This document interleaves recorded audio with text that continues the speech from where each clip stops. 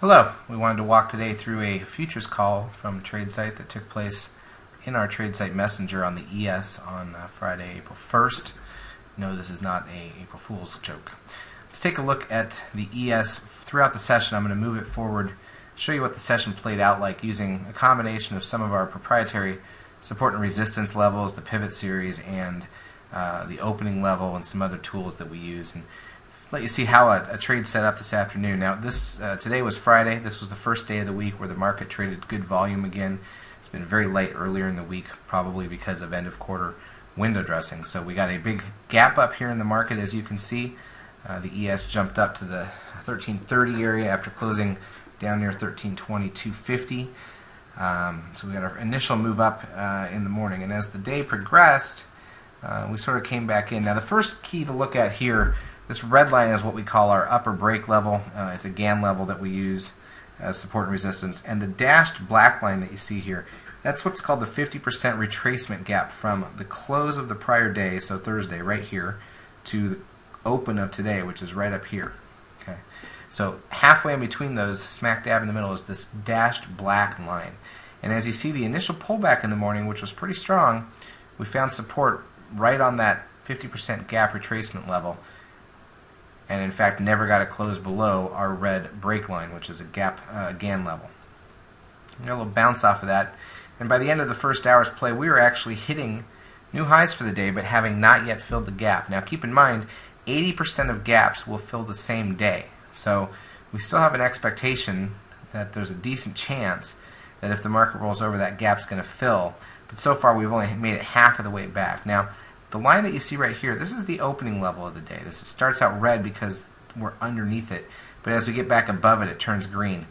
We use this line because it can also be significant. It's a support and resistance area for the market once it's been established for the day. And what you're going to see here is, look how on this little pullback we stopped right at that level. So it's obviously a very important level.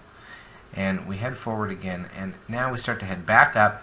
And about this time, you're just over 2 hours in, and this is where things start to lighten up as people head out to lunch, especially on the East Coast, but just the market lightens up in the middle of the day. So you see volume will start to drop off. You can see how low this bar got.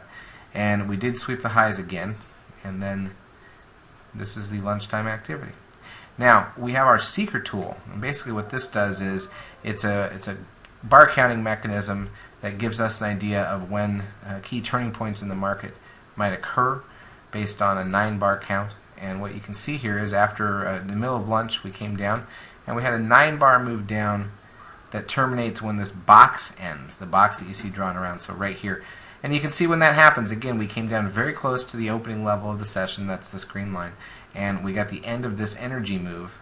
Okay, now granted, it's not on a lot of volume and it wasn't a huge move, but we did get the completion of our count, so we look for a little bounce in the market, and you can see what ends up happening as we head back up here again, and we start a 9-bar move up to the upside. Now this time, that's an even smaller move, as you can see, so it's the energy is not real strong. It doesn't necessarily mean it's a turning point, but if you look carefully when that box ends, that is in fact the point where we roll back over in the market. So what we've established at this point is that the opening level is support. You've got basically an inverted cup and handle over lunch, and they come back from lunch right about here. You should expect to start to see volume.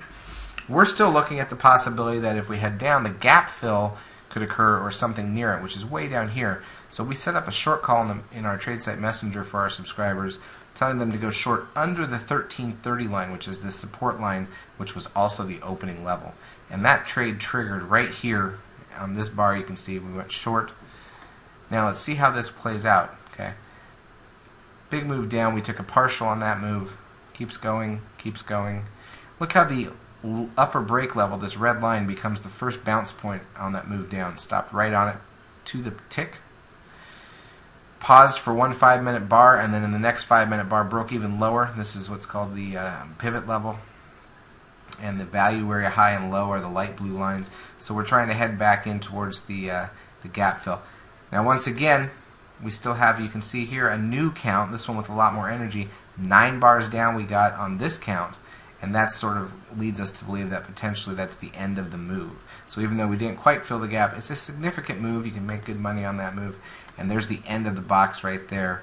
And if you'd covered out your last piece because the box completion occurs, what you see is we then drift right back up and basically just slog sideways into the weekend. So again, a very nice setup for us. The lineup against the opening level after using it as support from above, the inverted cup and handle, a couple of seeker moves that give you sort of an indication that the bottom's going to pause here, going to pause at a top here and roll over. We started focusing on the trade and got in right here and moving money all the way down to this area with a partial along the way and the rest taken off as we closed out the seeker box for the session.